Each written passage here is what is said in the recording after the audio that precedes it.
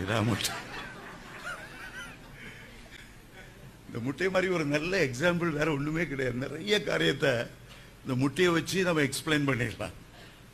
சாதாரணமா மனுஷனுடைய ஆவி, ஆத்மா, சரீரம் என்னன்னு விளக்கி சொல்ல முடியாது. இந்த சரீரம் தான் இந்த முட்டை தோடு. இதுல ஆத்மா இருக்குதே, அதான் வெள்ளைக்கரு. மஞ்சக்கரு மனுஷனுடைய ஆவி. ஆவி, ஆத்மா, சரீரம்னா நிறைய பேருக்கு புரியலன்னா ஒரு முட்டையை அவிச்ச போட்டு அதை உடைச்சு பாருங்க. இதுக்குள்ள ஒரு வெள்ளைக்கரு இருக்கும், அதுக்குள்ள ஒரு மஞ்சக்கரு இருக்கும். இதுல தோடு தான் வெளியே தெரியும், மற்ற ரெண்டும் தெரியாது. மனுஷனுக்குள்ள ஆத்மா இருக்குது, ஆவி இருக்கு, வெளியே தெரியாது. மனுஷனுடைய சரீரம் தான் தெரிகிறது. ஆனா எங்க ஒரு இடத்துல ஆவி இருக்குது, எங்க ஒரு இடத்துல ஆத்மா இருக்குது. ஆனா வெளியே தெரியல. இந்த ஓடு தான் தெரியுது, இந்த சரீரம் தான் எல்லாருக்கும் தெரியுது. மெய், வாய், கண்மூக்கு, செவி தான் தெரியுது. உள்ள உள்ளது ஒன்றும் தெரியல. இந்த உலகத்தை பாருங்க, உலகத்துல ஒரு பங்கு தான் நிலப்பரப்பு, 2 பங்கு கடல். ஒரு பங்கு தான் உங்க கண்ணுக்கு தெரியுது, 2 பங்கு கடலுக்குள்ள மறைஞ்சிருக்குது, நீங்க பார்க்க முடியல. ஆனா ஒரு பங்கு உங்களுக்கு தர நல்லா தெரியுது. ஒரு பங்கு ஆண்டவர் உங்களுக்கு தந்திருக்கிறார். 2 பங்கு மறைஞ்சிருக்கிறது போல ஆவி, ஆத்மாவும் மறைஞ்சிருக்கிறது. சரி, கோழி முட்டை அடை வைக்கும் போது நாங்க என்ன செய்யறதுண்டா, எனக்குன்னு 3 முட்டையை சூஸ் பண்ணி என் பேரை எழுதிடுவேன். சாம் ஜெபத்துல பென்சிலால எழுதிடுறது. அதை அடை வைக்கிறோம். கோழி அது மேல உட்கார்ந்து இருக்குது. எனக்கு என்னன்னோ என் குஞ்சு பொறிக்கணும், என் குஞ்சு பொறிக்கணும். ஏன்னா நான் அதுல என் பேர் எழுதியிருக்கிறேன்.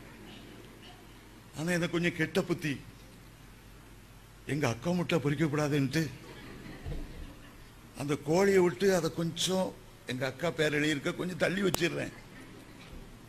என் முட்டை மட்டும் சென்டரா வயிற்று கீழே டைரக்டா நல்ல ஹீட் வரும்படி தூர தள்ளி வச்சாலும் அந்த கோழி என்ன செய்யும், மூக்கு எடுத்து அப்படியே இழுக்கும். அது என்னை விட்டு நீ தூர போனா கூமுட்டையா போயிடுவா.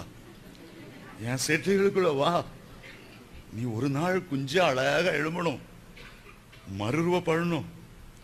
என் செட்டுகளுக்குள்ள இருந்தா அந்த உஷ்ணத்தால அழகா அந்த குஞ்சா மாறுவா. உன் வெள்ளைக்கரு, மஞ்சக்கரு, அழகழகு மூக்கா, அழகு கண்ணா, அழகா கால்களா உருவாகும். நீ செய்ய வேண்டியதெல்லாம் என் செட்டுகளுக்குள்ள பத்திரமா இரு. என் வெப்பமாகிய பரிசுத்த ஆவியானவர் உன்னை மறுரூபமாக்கி நீ ஒரு நாள் மகிமை மேல் மகிமை அடைவா. என்னை விட்டு தூரப்பட்டு போயிடாத. ஆகவே அந்த கோழை என்ன செய்யும், மூக்க வச்சு இழுத்து கிட்ட கொண்டு வைத்துக் கொள்ளும். சரி, குஞ்சு பொறிக்கிற நேரம் வருகிறது. சில நேரம் பகல்ல குறிக்கும். நாங்க எல்லாரும் கோழி பக்கத்திலேயே உட்கார்ந்துட்டு இருக்கிறது. என் முட்டையிலேருந்து அந்த குஞ்சு வந்த உடனே எனக்கு பெரிய சந்தோஷம். ஆஹா, என் குஞ்சு வந்துட்டுது. பார்த்த உடனே அந்த குஞ்சை பார்க்க பார்க்க களி கூறுதல். ஆகவே நான் என்ன செய்வேன், என் குஞ்சை மற்ற குஞ்சில இருந்து வேறு பிரிக்கிறதுக்காக காலில் ஒரு சோப்பு நுள்ள கட்டிடுவேன். இந்த குஞ்சு 2 நாள் 3 நாள் ஆன உடனே நல்ல நெல்ல அரிசியை பொடியா இடிச்சு அதுக்கு ஸ்பெஷல் சாப்பாடு. 1 வாரம் ஆன உடனே எங்க கரையா உண்டு, எங்க புழு உண்டு, பூச்சி உண்டு, பாச்சானெல்லாம் அடிச்சு 2-3 துண்டா வெட்டி இந்த குஞ்சு கொடுக்கறது அவ்வளோ சந்தோஷம். பழைய சாணம், காய வச்ச சாணத்தை கலசத்துக்குள்ள வச்சு மண்ணில் போச்சு வச்சா 2-3 நாள் கழிச்சு நிறைய கரையா வந்துடும். என் கோழி குஞ்சுக்கெல்லாம் வயிறு இப்படி முட்டி போயிருக்கும். ஏன்னா அது என் கோழி குஞ்சு. நான் தெரிந்து கொண்டேன். ஒரு நாள் அந்த கோழி குஞ்சை கையில தூக்குறேன். கோழி குஞ்சு உனக்கு தெரியுமா, நீ பிறக்கிறதுக்கு முன்னாலேயே நான் உன்னை நேசிச்சேன். அந்த முட்டியா இருந்தா பாரு, அப்போ உன் மேல என் பேரை எழுந்தேன். உன் தெரியுமா, அந்த முட்டாள் கோழி குஞ்சுக்கு ஒன்றும் தெரியல. அந்த முட்டை மேல என் பேர் எழுந்ததே தெரியல.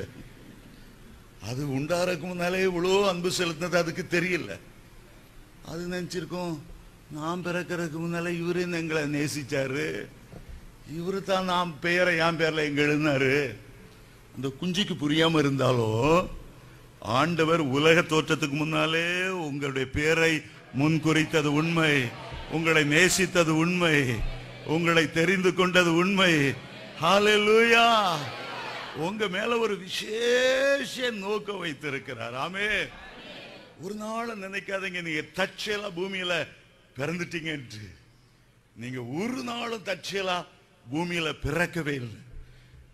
கர்த்தருக்கு முன்பாக தற்செயலுங்கிறதே கிடையாது. எல்லாத்தையும் ஆண்டவர் முன்குறித்து பிளான் பண்ணி 1000 ஆண்டுகளுக்கு முன்பாகவே உங்களை தன்னுடைய நாமத்தின் மகிமைக்காக தெரிந்து கொண்டார். நீங்கள் அவருக்கு சாட்சிகளாய் விளங்குவீர்கள் என்று எதிர்பார்த்தார். நம்மை பார்க்கும் போதெல்லாம் ஆண்டவருக்கு ஒரு எதிர்பார்ப்பு உண்டு. இந்த ஜனத்தை நான் எனக்கென்று ஏற்படுத்தினேன், என் நாமத்தை அவர்களுக்கு தரிப்பித்தேன், அவர்கள் என் துதியை சொல்லி வருவார்கள். ஆமென். ஹல்லேலூயா. ஹல்லேலூயா.